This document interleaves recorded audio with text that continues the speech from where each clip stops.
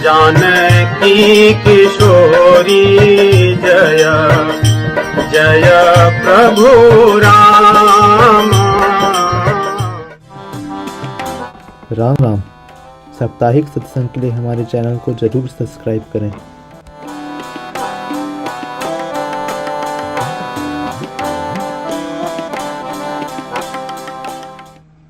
हरि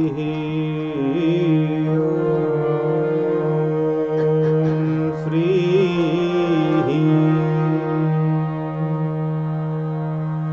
राम राम।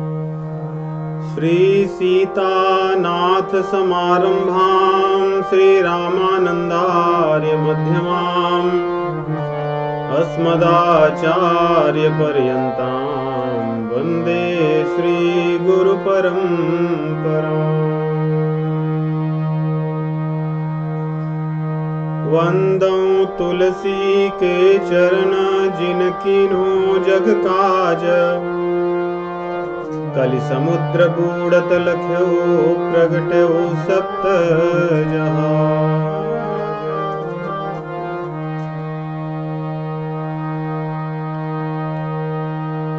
आज श्री रामचरितमानस के किष्किंधा कांड दोहे 4, 5, 6, 7 इन 4 दोहों में भगवान श्री रामचंद्र जी और उनके नए नए मित्र बने सुग्रीव, इन दोनों के संवाद और सुग्रीव जी की भगवान श्री रामचंद्र जी के प्रति भक्ति और रामचंद्र जी की अपने मित्र के प्रति स्नेह या भक्त के प्रति भगवान की वात्सल्यता, इसका हम रस देखेंगे, रसास्वादन करेंगे। आरंभ करने के पहले अपने मन, वाणी, हृदय को पवित्र करने के लिए हरि नाम संकीर्तन करते हैं। श्री राम जय राम जय जय राम।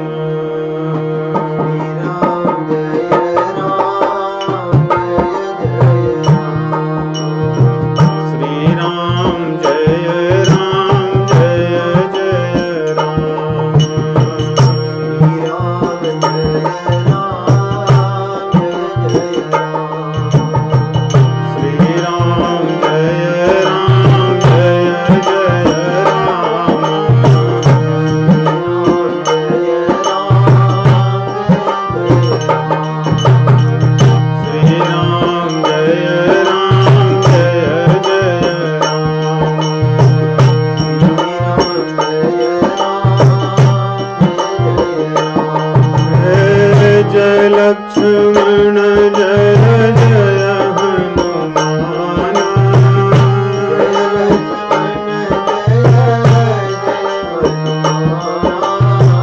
जय लक्ष्मण जय जय हनुमान।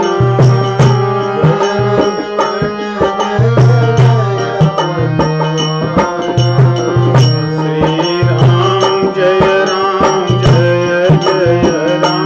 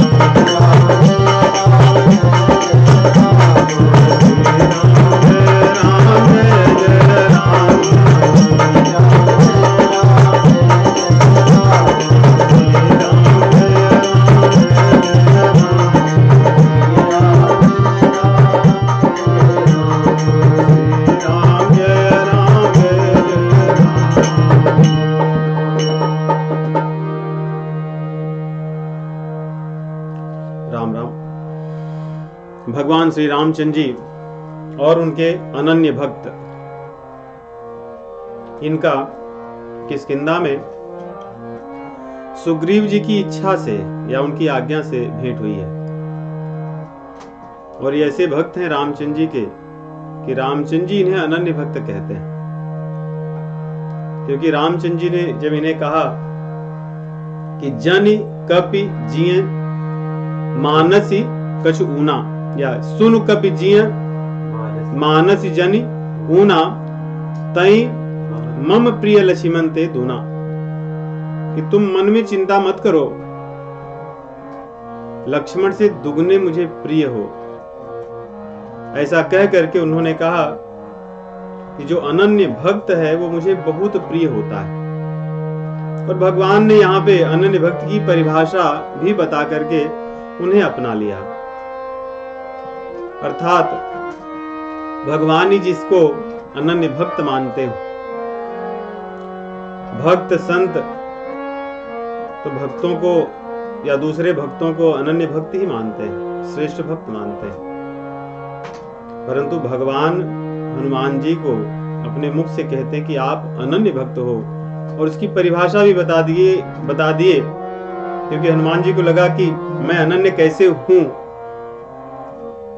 तो उन्होंने कहा, सो अनन्य गति जाके मति न टरई हनुमंत, मैं सेवक सचराचर रूप स्वामी भगवंत।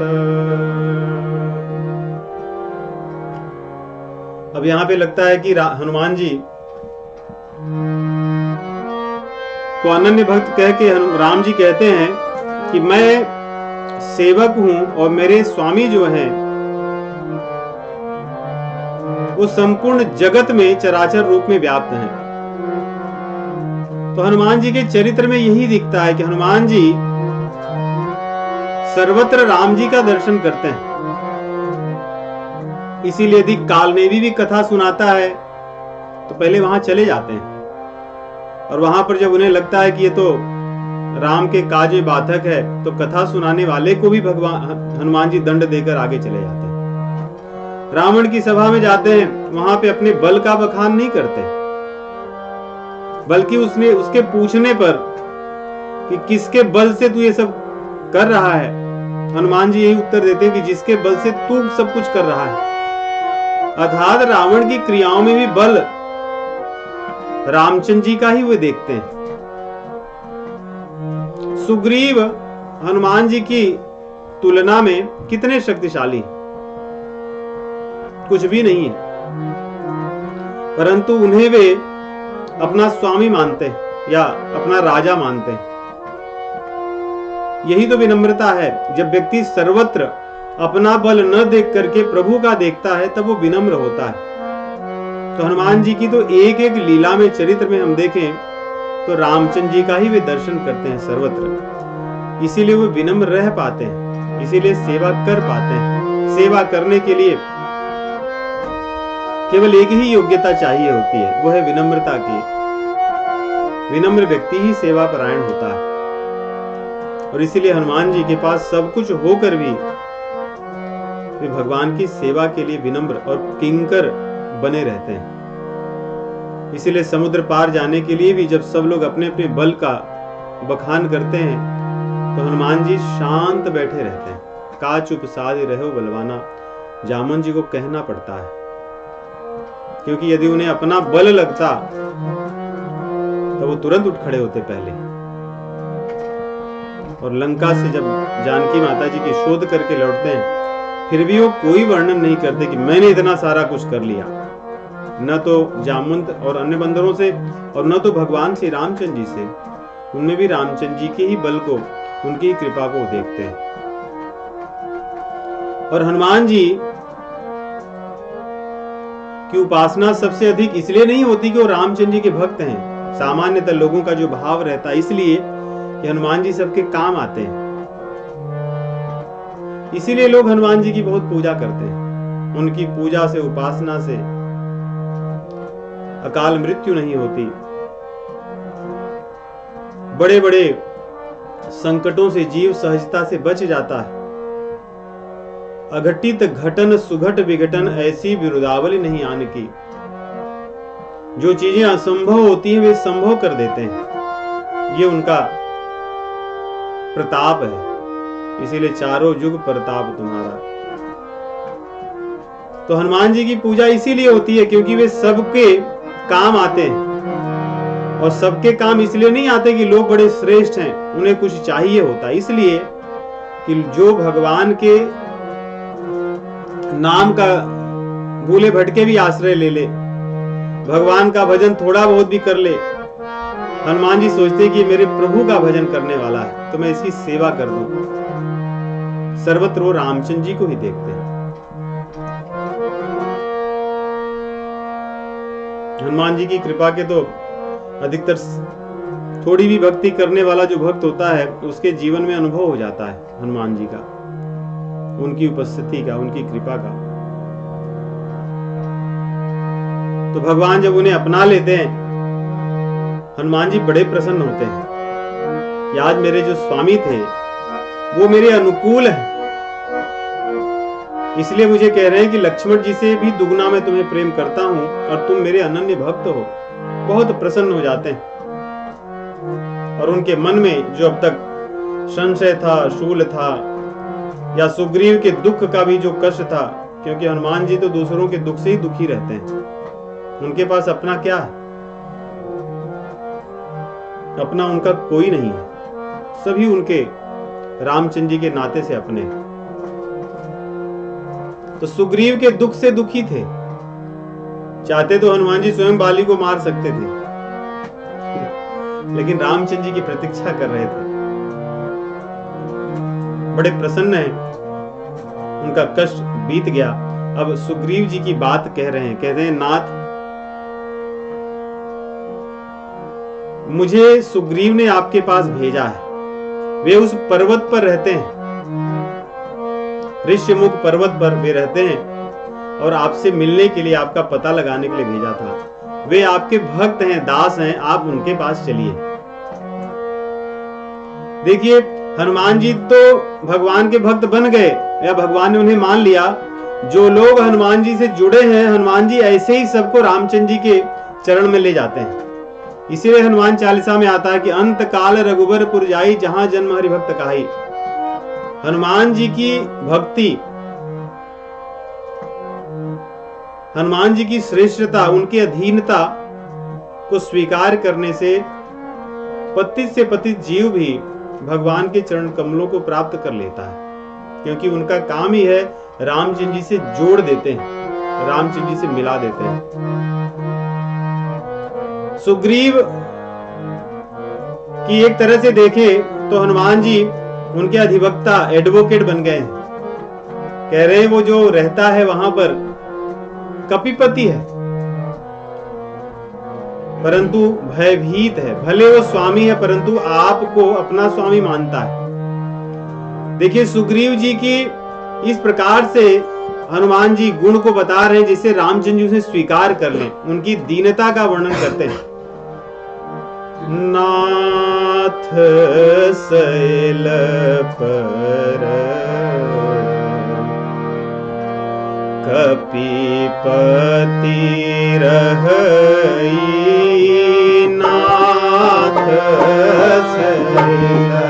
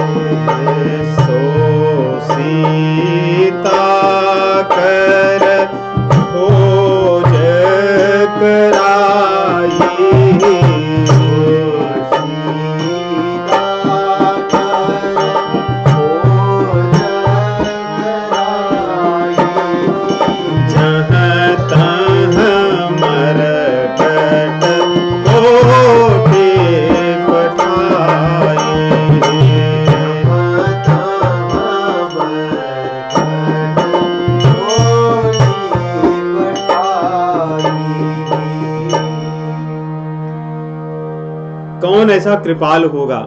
गोस्वामी जी इसके आरंभ में कहें, को कृपालु शंकर सरिस, भगवान शिव जी जैसा कृपालु कौन होगा।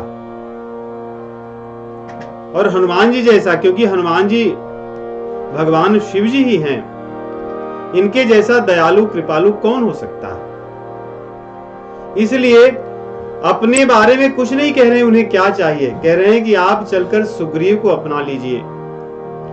आप उनको अपनाते हैं जिनके अंदर दीनता होती है। प्रभु वो कपिपति तो हैं, कपियों के राजा हैं, लेकिन उनमें अभिमान नहीं है, वे आपके सेवक हैं। और सेवक भी ऐसे हैं जिसके अंदर दीनता है। बिना दीनता के सेवक की कोई योग्यता नहीं होती, बस नाम का रहता है। तो जितने भी गुणों से भगवान रीझते हैं, जिन गुणों से भगवान की भक्ति की जा सकती है, वे सब गुणों का वर्णन उन्होंने छोटे शब्दों में कर दिया कि आपका सेवक और दीन है।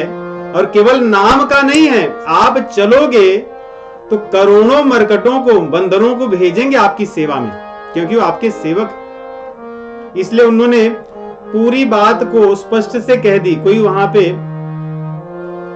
कमी नहीं छोड़ी कि सेवक हैं नाम के या राजा हैं अभिमान वाले। उन्होंने कहा वो सेवा करेंगे। अब सोचिए हनुमान जी को कितना विश्वास सुग्रीव पर भी है। उन्होंने सुग्रीव से कोई बात नहीं की है कि आप रामचंद्र जी का कार्य कराओगे या नहीं, लेकिन उनकी तरफ से ये रामचंद्र जी सुग्रीव की तरफ से इन्होंने कह दिया कि वो सब कराएंगे। तो हनुमान जी ऐसे मंत्री हैं सुग्रीव के, जिसके साथ उनका संबंध होता है वे उतना ही उस पर विश्वास करते हैं और उतने ही उसके विश्वसनीय होते हैं। हनुमान जी के गुणों का क्या कहें। हम सब इतने पतित जीव हैं, फिर भी हमारे जीवन में हनुमान जी की कृपा तो सदैव विराजमान होती है, पग पग पर लगता है कि भगवान से जोड़ने का कार्य,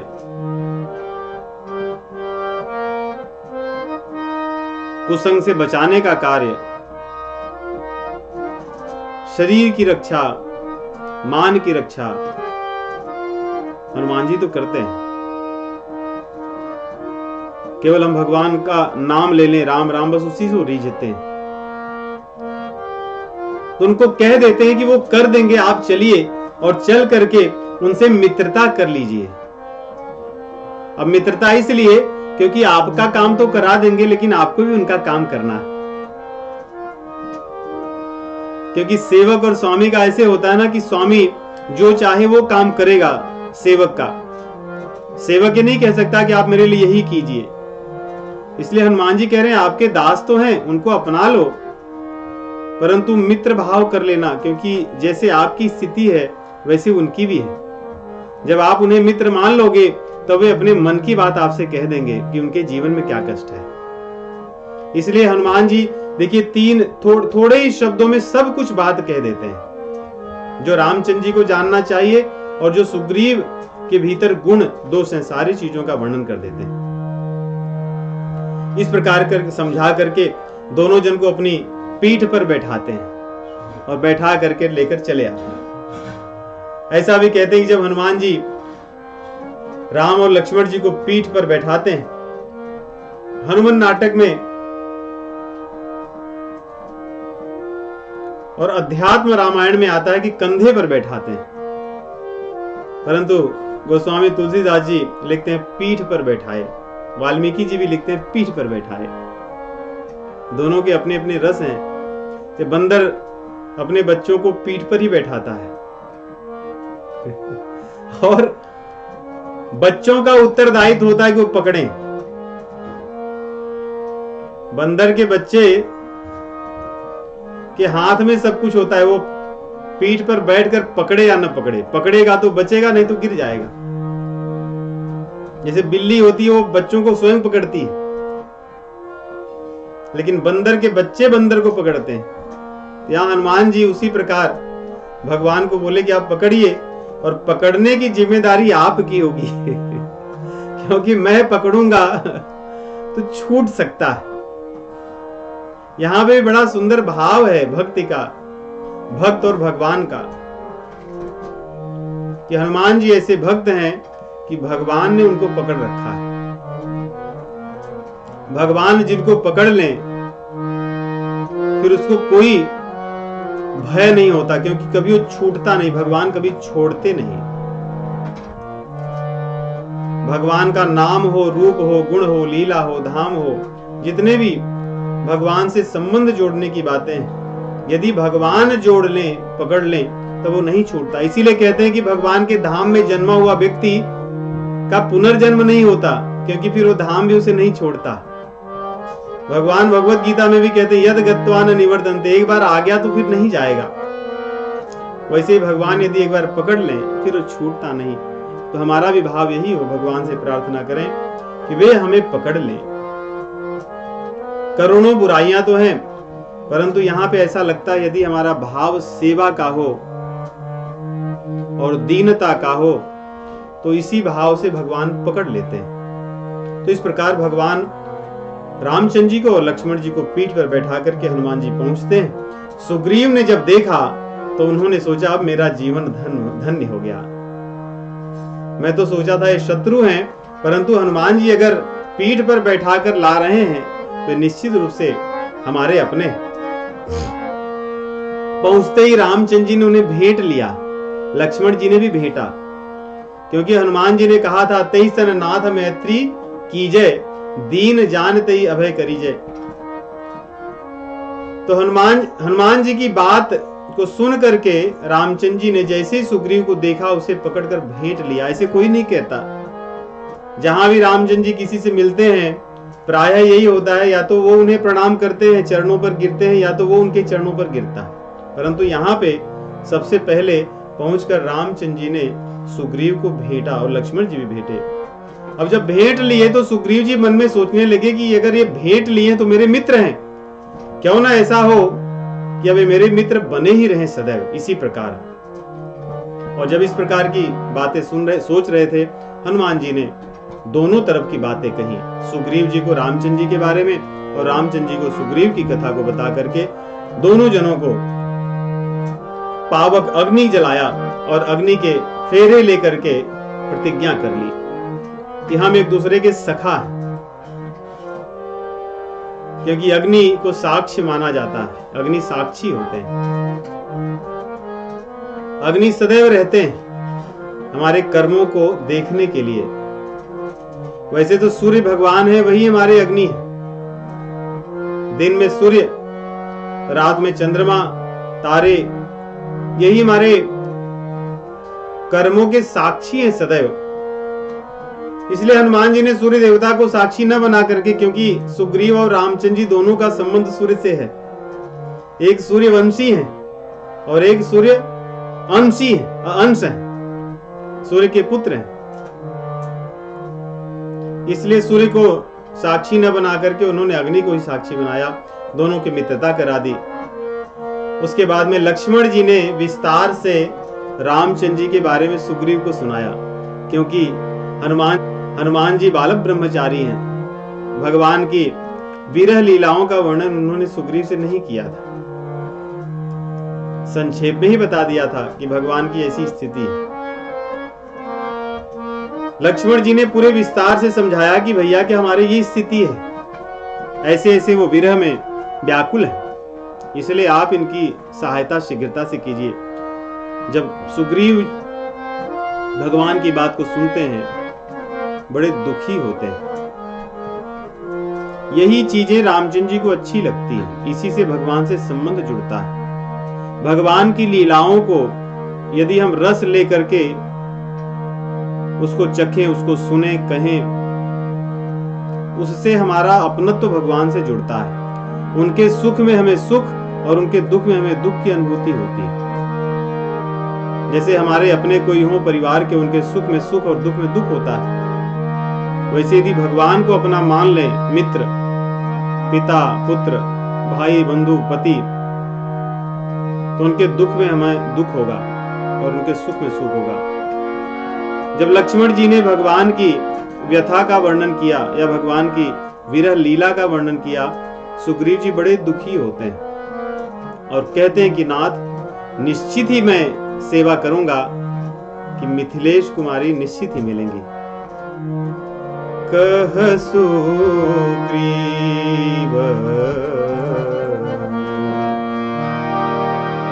नयन भरि बारी, कह सुग्रीव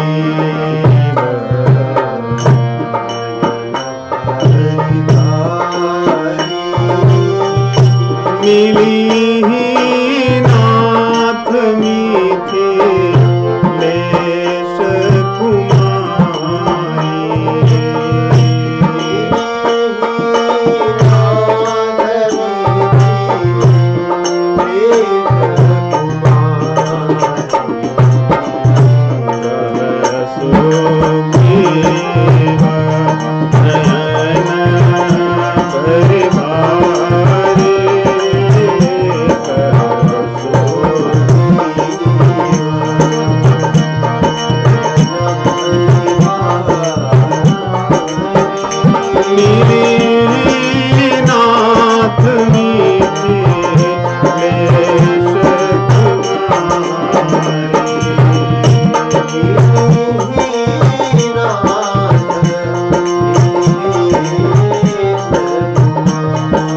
अवश्य मिलेंगी। और संक्षेप में बातें बताते हैं। कहते हैं कि हे नाथ, एक बार मैं यहीं बैठा था अपने मंत्रियों सहित, हनुमान जी भी थे। उन मंत्रियों में एक अद्भुत घटना हुई थी, वो सुनिए आप।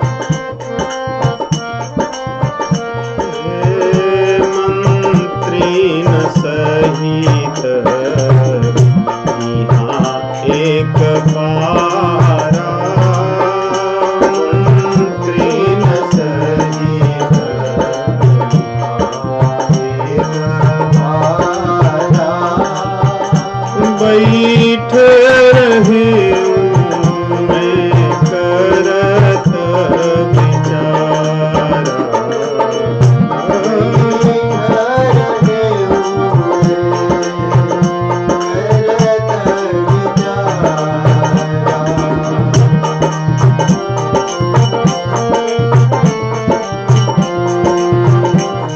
मंत्रियों सहित यहीं पर स्थान को दिखा रहे भगवान को। इसी स्थान पर मैं बैठा था और अपने मंत्रियों से मैं चर्चा कर रहा था। उसी समय आकाश मार्ग में मैं जाते हुए मिथिलेश कुमारी को देखा था। गगन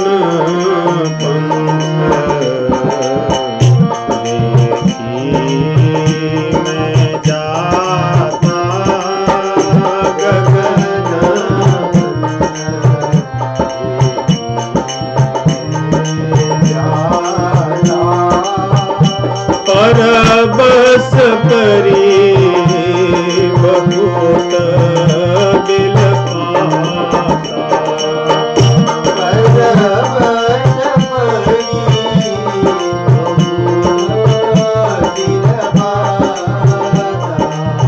मैंने देखा कि गगन मार्ग से मिथिलेश कुमारी परबस थी, किसी के अधीन थी और बहुत विलाप करते हुए यहाँ से जा रही थी। उन्होंने कुछ वस्तुएं वहां से आपका नाम ले लेकर के फेंक दिया था। अब मैं समझ रहा हूं कि वो कौन थी, और वो रावण था जो ले जा रहा था। नाथ इस प्रकार सारी बातें बताते हैं।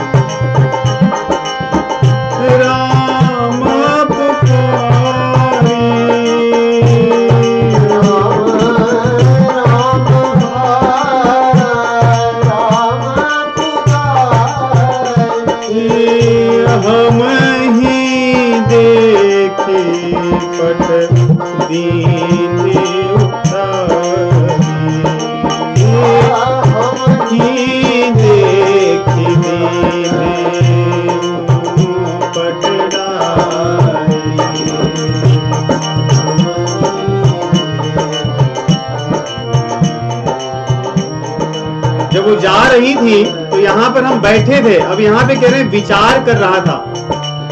तो ऐसा लगता है कि भगवान की चर्चा ही कर रहे थे ये, या ये लोग भी भगवान के बारे में ही सोच रहे थे, इसलिए जानकी जी इनके ऊपर ही फेंक दी।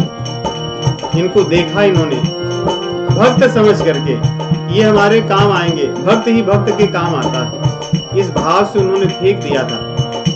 और बहुत दीनता व्याकुलता का भाव था। देखिए राम राम हा राम, रामचरितमानस में अन्य किसी स्थानों पर जानकी जी रामचंद्र जी को राम नहीं कहती, रघुवीर, रघुनाथ, कृपा निधान, करुणा निधान, ऐसे ही शब्द कहती।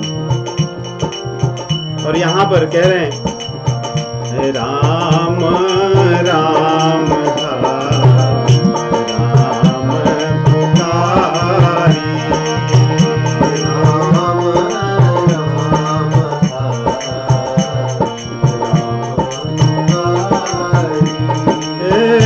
हम ही देख दीने पटडारी,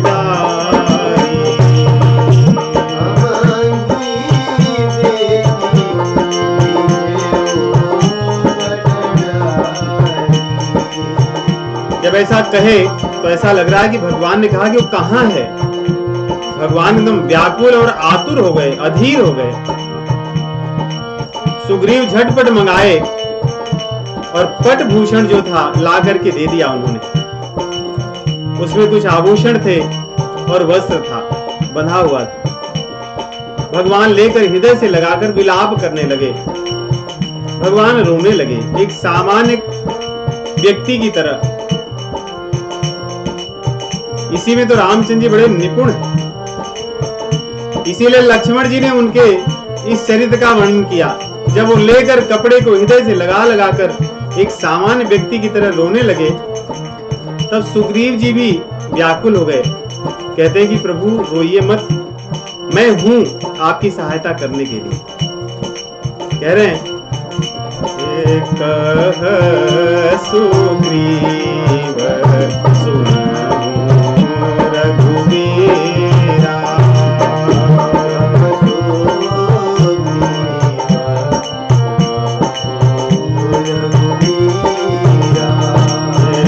तजहु सोच मन आनहु धीरा।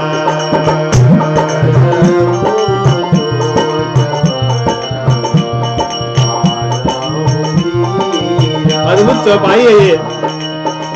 कह रहे हैं कि रघुवीर सुनिए। रघुवीर अर्थात जो विद्या में सबसे वीर हो, जो दान में सबसे अधिक वीर हो, धर्म में सबसे अधिक वीर हो, जो त्याग में सबसे अधिक वीर हो, और जो पराक्रम में वीर हो, उसे रघुवीर कहते हैं। रघुवीर में 5 वीरता होती है, दान की, धर्म की, त्याग की, और पराक्रम की, और विद्या की।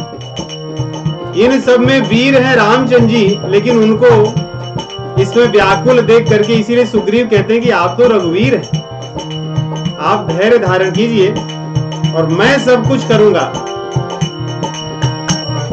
भगवान इस बात से बड़े प्रसन्न होते हैं। देखिए क्या कह रहे हैं, सब प्रकार करी हूँ सेवकाई,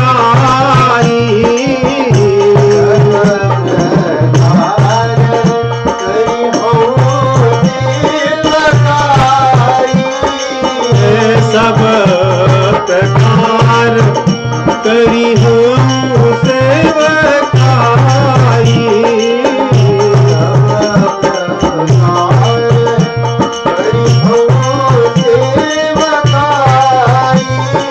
जेहि विधि मिली जानकी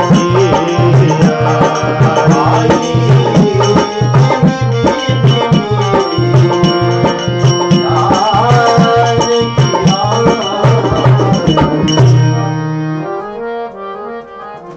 जब इस प्रकार कहते हैं कि मैं सब प्रकार से आपकी सेवा करूंगा, आप चिंता मत कीजिए, जानकी जी अवश्य मिलेंगी आकर के आपको। उनकी बात को सुन करके रामचंद्र जी प्रसन्न हो जाते हैं। उनके मन में अब धैर्य हो जाता है। भगवान की विरह लीला है ही ऐसी, क्षण भर में उन्हें विरह होगा, फिर कोई समझाएगा। जैसे छोटे बच्चे होते हैं, किसी चीज के लिए जब रोने लगते हैं तो कुछ समय के लिए शांत हो जाते हैं, फिर उन्हें जब स्मरण होता फिर रोते हैं। हनुमान रामचंद्र जी ऐसे ही कर रहे हैं। यहाँ पर रो रहे थे, सुग्रीव जी ने समझाया, फिर शांत हो गए। और इसीलिए गोस्वामी जी लिखते हैं कि सखा बचन सुनी हर्षे, कौन? कृपा सिंधु बल सीव। बल की जो सीमा है, अनंत बल जिसके पास है, वे रो रहे थे। और जो भाई के डर से छिपा छिपा ऋषिमुख पर्वत पे रह रहे हैं, ऐसे मित्र के कहने पे प्रसन्न हो गए कि हाँ तुम मेरा काम करोगे, मैं समझ गया। अर्थात भगवान हमारे भाव से प्रसन्न होते हैं। उन्हें हम कर पाए या न कर पाए, हम यदि सही भाव से, सही मन से भगवान से जुड़ जाएं, भगवान उसी से प्रसन्न होते हैं। तो यहां पे सुग्रीव जी ने कि जब कह दिया कि सब प्रकार करियो सेवकाई, जही विधि मिली ही जान की आई, इस बात को सुनकर भगवान प्रसन्न हो जाते हैं, हर्षित हो जाते हैं, उनका शोक चले जाता है। क्यों? क्योंकि कृपा सिंधु है। कृपा करके सुग्रीव की इस बात को ग्रहण कर लेते हैं। उन्हें पता है कि सुग्रीव क्या करेंगे, परंतु क्योंकि कृपालु हैं, इसलिए वो केवल भाव को ग्रहण करके, जो बल की सीमा है, ऐसे रामचंद्र जी कृपालु भी हैं। संसार में लोग ऐसे नहीं होते जिसके पास बल और कृपा दोनों।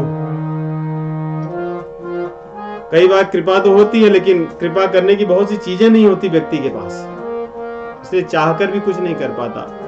और कई बार जिसके पास सब कुछ होता है, उसके पास कृपा करुणा नहीं होती। तो संसार का यही लक्षण है।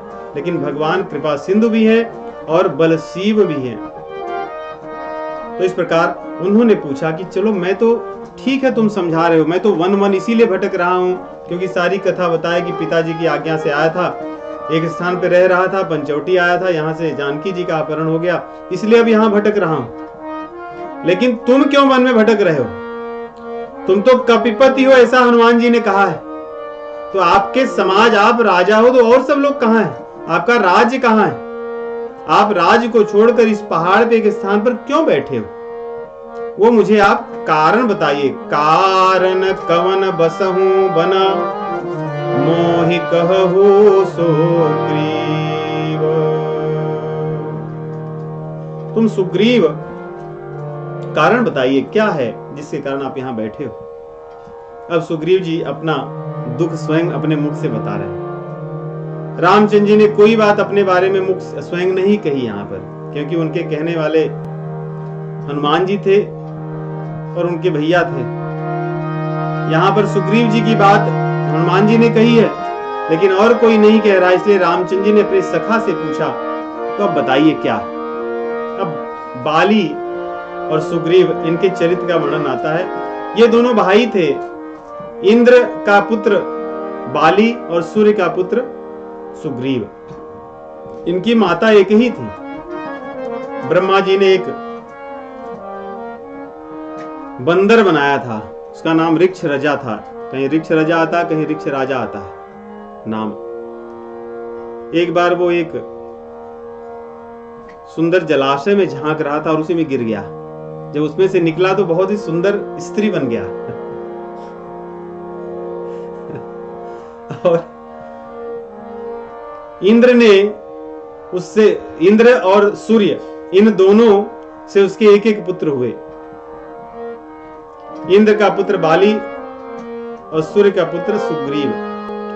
और उसके बाद में वो ऋक्ष रजा जो था, वो पुनः बंदर बन गया। तो ऐसे सोचिए कि ब्रह्मा जी ने जब कहा था देवताओं को कि आप लोग जाइए और बंदर भालू का रूप धारण करके धरा पर प्रकट होइए, रामचंद्र जी की सेवा करने के लिए तैयार हो जाइए, तो ब्रह्मा जी ने ही इन सबको इस प्रकार से उत्पन्न किया था, ऐसे समझे। तो ये सुग्रीव और बाली ऐसे उत्पन्न हुए थे। उसके बाद में यहाँ पर किष्किंधा का राज्य उन्हें दिया था, ब्रह्मा जी ने ही बंदरों का राजा बनाया बाली को। बाली बड़ा पराक्रमी था तो बंदर।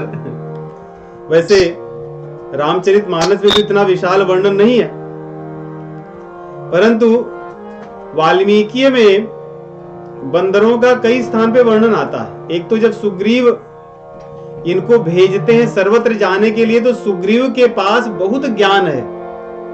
ऐसा ज्ञान भूगोल का कहीं और सुनने को नहीं मिलता।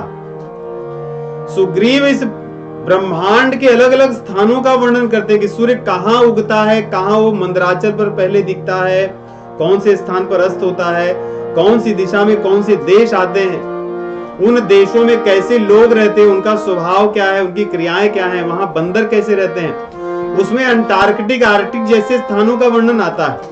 उसमें चीन तथा अन्य जो भारत इस भूमि पर जो अन्य स्थान है उनका भी वर्णन आता है, और इस पृथ्वी के अतिरिक्त जो ब्रह्मांड में स्थान है उनका भी वर्णन आता है। और वहां पर कैसे कैसे बंदर हैं, कैसे कैसे भालू हैं, उनके रंग क्या है, उनका आकार क्या है, वो क्या खाते हैं, कैसे कूदते हैं, उनका बल कितना, इन सब का वर्णन करते हैं। तो इन सबके राजा हैं, और उनमें बाली ये तो महाभयंकर था। ये ऐसा भयंकर था कि सुबह उठता तो इस पृथ्वी पर इस चारों ओर पूरब पश्चिम उत्तर दक्षिण जितने भी समुद्र हैं सब जगह जा करके पहले आचमन करके स्नान करके आता। ये स्नान भी यहां करता था और उसके बाद में बैठ करके अलग अलग स्थानों पर पूजा पाठ करता, जहां इसका मन करता वहां।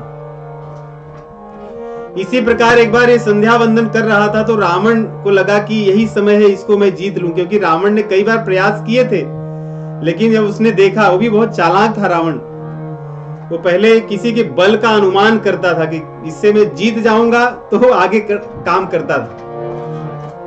तो जब बाली को समझ गया था कि इससे मैं जीत नहीं सकता, तो जब बाली अपने संध्या वंदन पूजा पाठ में लगा था तो रावण सोचा यही अवसर है। और बाली भी कम चालाक नहीं था। उसकी कहते हैं ना कि जो गुप्तचर विभाग या इंटेलिजेंस उसकी बहुत स्ट्रांग थी। तो वो जब पूजा पाठ में लगा था, जब रावण उसके पास पहुंचा कैसे भी चोरी से, उसने लपक करके उसको पकड़ के दबा लिया अपने पास और अपने पूजा पाठ को जारी रखा, उसको बंद नहीं किया। जैसे कोई किसी उड़ते हुए मच्छर को, मक्खी को पकड़ के कहीं बंद कर दे, इसने रावण को ऐसे ही बंद रखा। और जब अपना सब कुछ काम करके उठा तब रावण को बोला, भैया तू कौन है? तब रावण ने इससे मित्रता की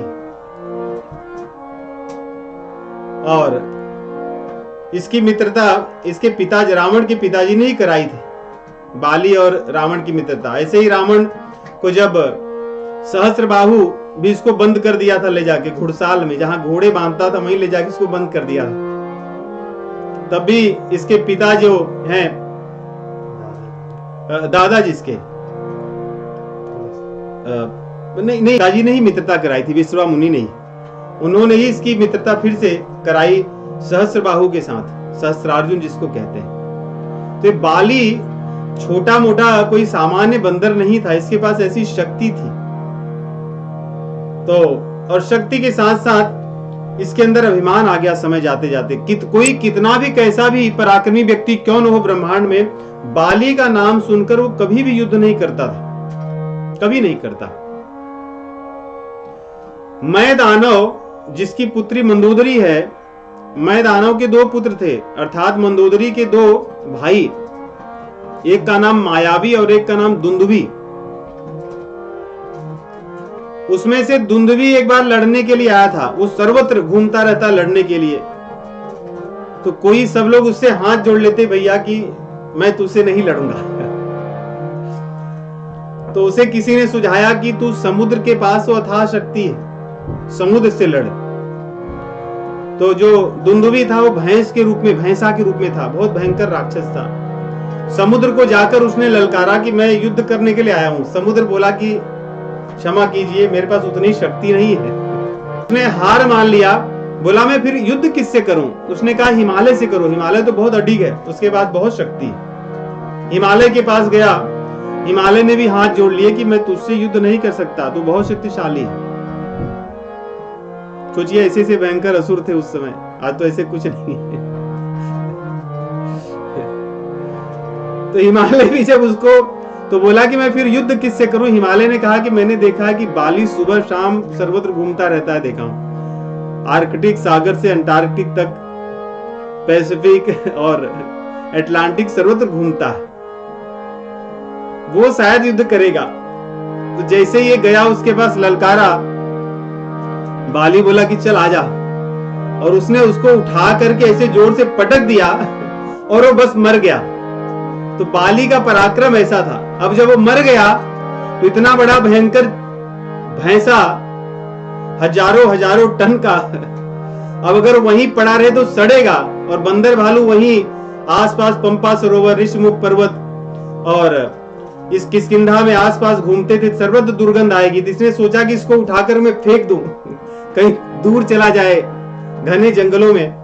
तो उसने उठा करके इतना मरा उसे फेंक दिया, वो योजनों दूर जाकर के गिरा, जहां पर सामान्य ऋषि मुनि, जहां पर लोग नहीं रहते थे, खाली स्थान, ऊसर बंजर था। परंतु जब वो फेंक रहा था तो उसके शरीर से रक्त इत्यादि निकल रहे थे, वो थोड़े उड़ करके हवा से, जहां पे गौतम ये मतंग मुनि रहते थे, वहां पर गिरी। तो उन्होंने देखा कि भैंसा का रक्त यहां से आ गया, सब अशुद्ध हो गया, हमारा आश्रम कौन फेंका है। तो मतंग मुनि के आसपास ये सब लोग बहुत आनंद से रहते थे, सब बंदर। वाल्मीकि जी में बहुत सुंदर वर्णन है, वहीं रहते, खाते पीते, और बहुत रम्य वातावरण था। तो मतंग मुनि ने इन लोगों को वहां से श्राप दिया, बोला कि भाग जाओ यहां से, अगर यहां कोई आएगा, जिसने भी इसको फेंका है वो, और जो भी इनका मित्र होगा वो, अगर कोई भी यहां आया तो वो जल करके भस्म हो जाएगा। तो इसीलिए उतने स्थान पर जहां पर ऋषिमुख पर्वत भी आता था, ये लोग बेचारे नहीं जाते थे, क्योंकि ये लोग अगर वहां उनके आसपास जो जाएंगे तो जलकर भस्म हो जाएंगे। इसीलिए इस ऋषिमुख पर्वत पर ये रहते थे, क्योंकि ये सुरक्षित सेफ जोन था। यहाँ पर कोई नहीं आ सकता था श्राप के कारण।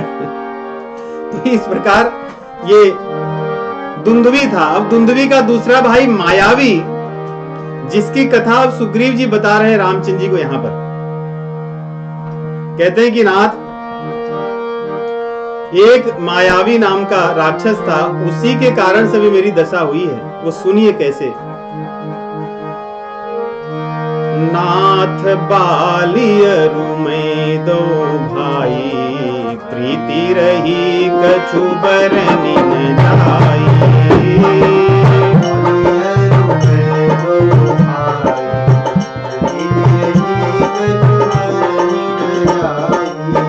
मय सुत मायावी तेहि नामु, आवासो प्रभु हमरे गाँव।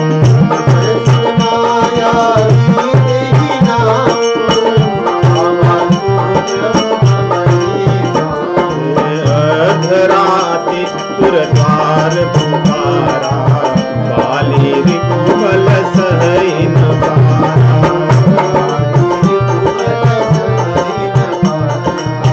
धावा पाली देखी सो भागा, मैं उड़ गया बंगो संग लागा। गिरिवर गुहा पैठी सो जाई, तब बाली मुहि कहा बुझाई। परिख सुमोहि एक पखवारा, नहीं आऊं तब जान सुनारा।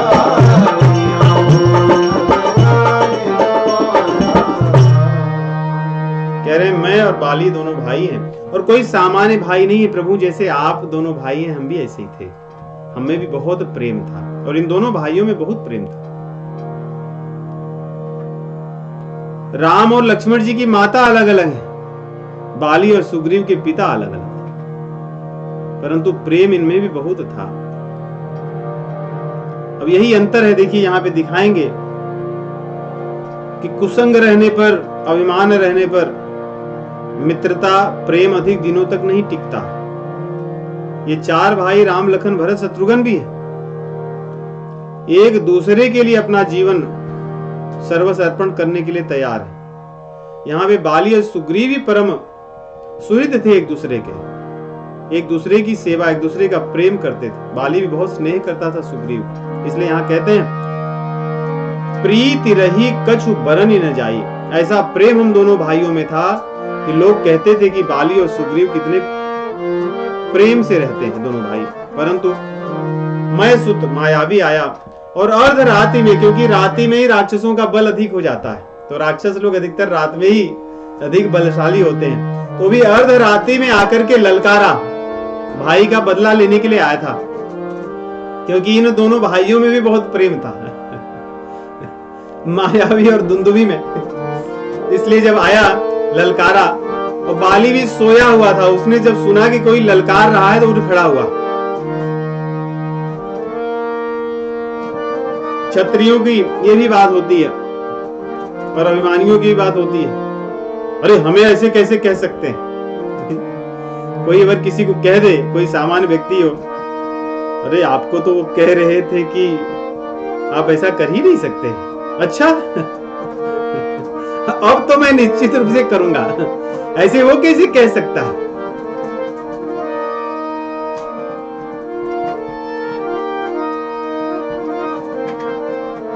राजेश्वरानंद जी एक कथा बताते थे अभिमानियों की। कहते कि सासू माँ थी, वो बड़ी मतलब अभिमान से भरी हुई थी, मतलब उनका स्वभाव ही ऐसे ही था।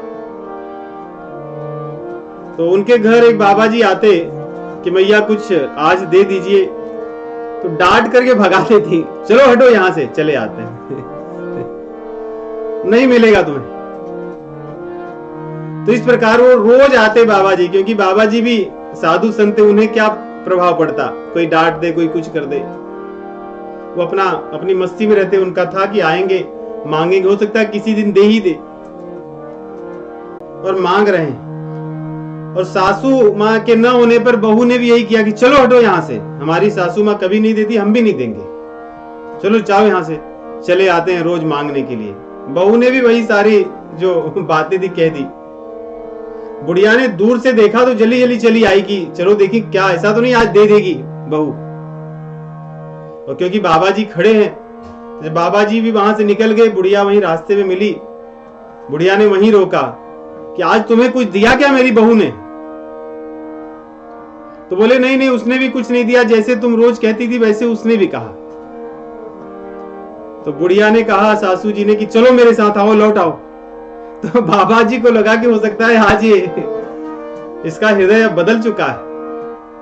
वो आई और बाबा जी को ले आई साथ में, और पहुंचते ही अपनी बहू को कहा, डांटने लगी उसको कि तूने बाबा जी को कुछ दिया। उन्होंने कहा नहीं बाबा जी को मैंने कुछ नहीं दिया, मैंने भी बोला कि आज कुछ नहीं मिलेगा, चले जाओ, क्यों आते हो मांगने के लिए। तो बुढ़िया घर में आके बाबा जी को कही, अच्छा बाबा जी अब यहां से आप चले जाओ, आपको कुछ नहीं मिलेगा।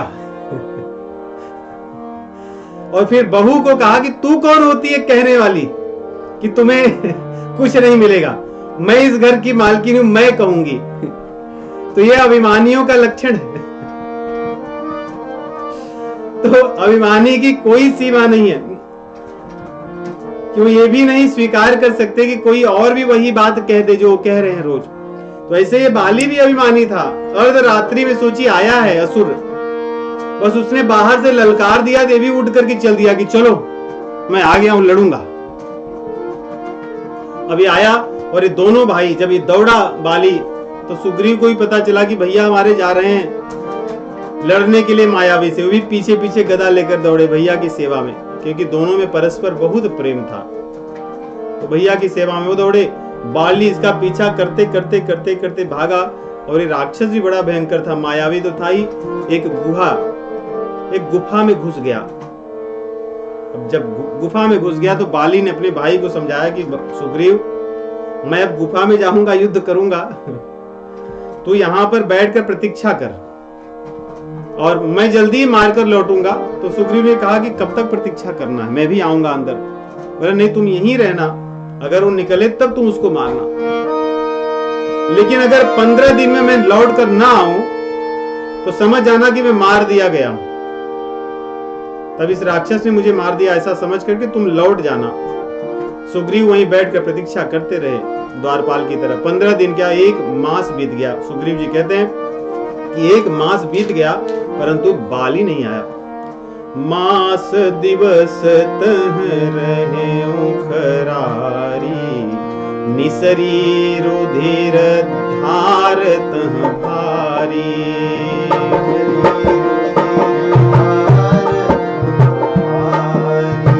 बाले हते से मोहि मारी आई, शिला दे तह चले पराई।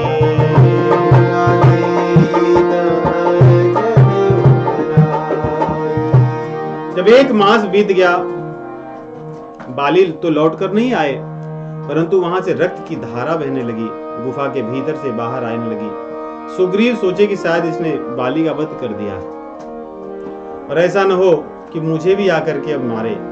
इसलिए उन्होंने एक बड़ी सी शिला उठाई लाकर और गुफा के मुंह को ही बंद कर दिया और बंद करके वहां से चले गए। जब ये नगर में गए, सभी को सारा वृत्तांत सुनाया। सबने देखा कि राजा के बिना राज्य तो असुरक्षित होगा, इसलिए सभी मंत्रियों ने मिल करके इनसे अनुरोध किया। यहाँ पर तो नहीं परंतु यहाँ पे भी संक्षेप में कहते हैं, दीन्हें मोहि राज बरी आई। वाल्मीकि जी में सुग्रीव जी कहते हैं कि मैंने बार बार सबको समझाया, मना किया, परंतु मंत्रियों ने सबने नीति समझा करके मुझे राज्य दे दिया कि आवश्यक है आप राजा बन जाइए। तो यहाँ पे भी कहते हैं जब मैं राजा बन गया और वहां पे गुफा तो बंद थी, जब बाली उस राक्षस को मार करके गुफा के भीतर से द्वार पर पहुंचा तो देखा कि दरवाजा भी बंद है। तो उसने कैसे भी गदा से फोड़कर और गुफा से बाहर निकल कर आया क्रोध में कि सुग्रीव की यही स्थिति। तब तक तो उतना क्रोध नहीं था, जब यहाँ नगर पर आया और देखा कि यहाँ सुग्रीव राजा बन बैठा है, तब तो उसके क्रोध की कोई सीमा न रही। तब यहाँ पे कहते हैं, यहाँ पे तो संक्षेप में रिपुसम मोहि मारस यति भारी, उसने शत्रु मान लिया। सुग्रीव जी रामचंद्र जी से कहते हैं कि मैंने बड़ी विनम्रता से उसे समझाया, सारी बातें कही, राज्य भी मैंने उसको लौटाया, परंतु वो मेरी किसी भी बात को सुनने के लिए कभी भी कोई सुनने के लिए तैयार नहीं हुआ। उसने मुझे शत्रु ही माना कि तुम झूठ कह रहे हो। देखिए यही अंतर होता है, जब हम अभिमान विषय परायण हो तो अपने पर भी विश्वास नहीं रहता, क्योंकि वो पूछ तो सकता था और लोगों ने बताया भी कि हम मंत्रियों ने भी समझाया, परंतु बाली ने किसी की बात नहीं सुनी। यही अभिमानियों का लक्षण। कितने भी गुण संपन्न कोई व्यक्ति क्यों न हो, एक दुर्गुण उसको भगवान से और भगवान के भक्तों से विमुख कर देता है। रामचंद्र जी बाली को इसीलिए मारे क्योंकि सुग्रीव के साथ उसने शत्रुता कर ली। तो कह रहे हैं यहाँ पे, रिपुसम मोहि रेसियति भारी, रिपुसम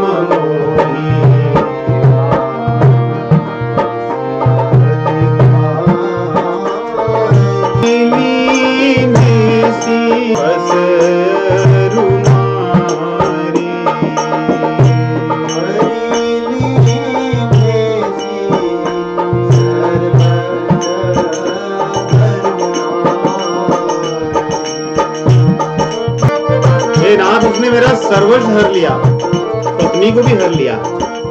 ये बात जब रामचंद्र जी सुने कि पत्नी को हरण कर लिया, पत्नी को हर लिया, तब उन्हें बहुत दुख हुआ। तब उन्होंने निश्चय कर लिया कि अब बाली का वध तो सुनिश्चित है। इसलिए यहाँ पे कह रहे हैं, और उन्होंने बताया कि इसी कारण मैं यहाँ रहता हूँ, उसी के भय से इस प्रकार हूँ, क्योंकि और कहीं नहीं रह सकता। तब रामचंद्र जी सुनी सेवक दुख दीन दयाला,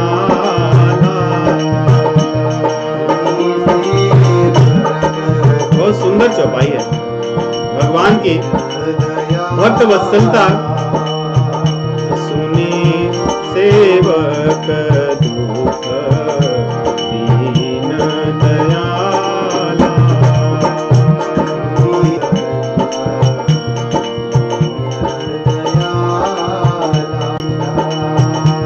भगवान ने भुजा उठा करके शपथ ले ली। क्या शपथ ली? कि बाली को मैं एक बाण से ही अब मारूंगा, अर्थात मैं उससे अधिक युद्ध नहीं करूंगा। और इसीलिए रामचंद्र जी ने एक ही बाण से मारा था बाली को।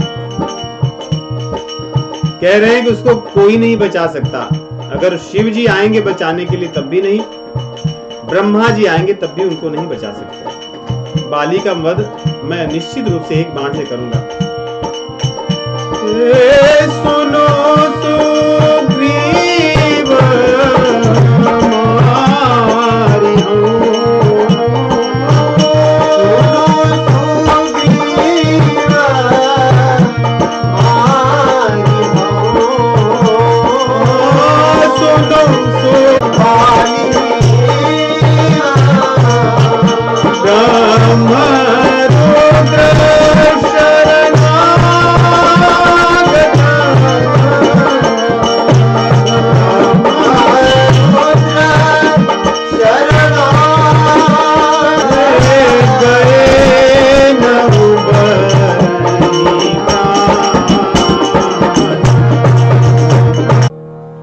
कहते हैं कि सुनि सेवक दुख दीन दयाला।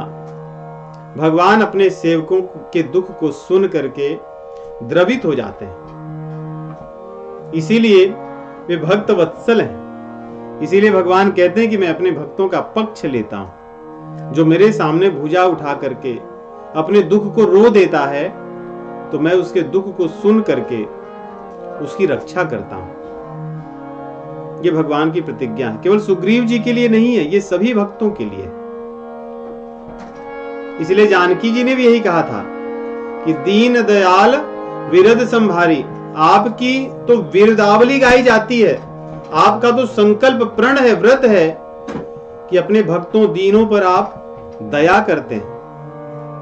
तो मुझे क्यों नहीं आप स्मरण कर रहे हैं, मेरे दुख को क्यों नहीं देख रहे हैं? तो भगवान ने अपनी दीन जो भक्त वत्सलता है, दीन दयालुता है, उसके वशीभूत होकर के यहाँ पे शपथ ले ली कि मैं एक ही बाण से बाली को शीघ्र ही मैं मार दूंगा, चिंता मत करो।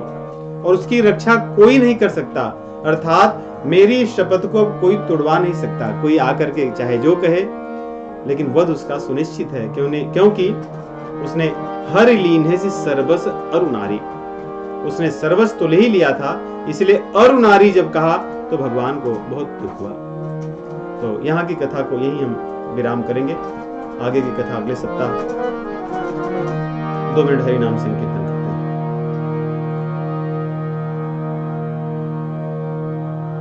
श्री राम जय जय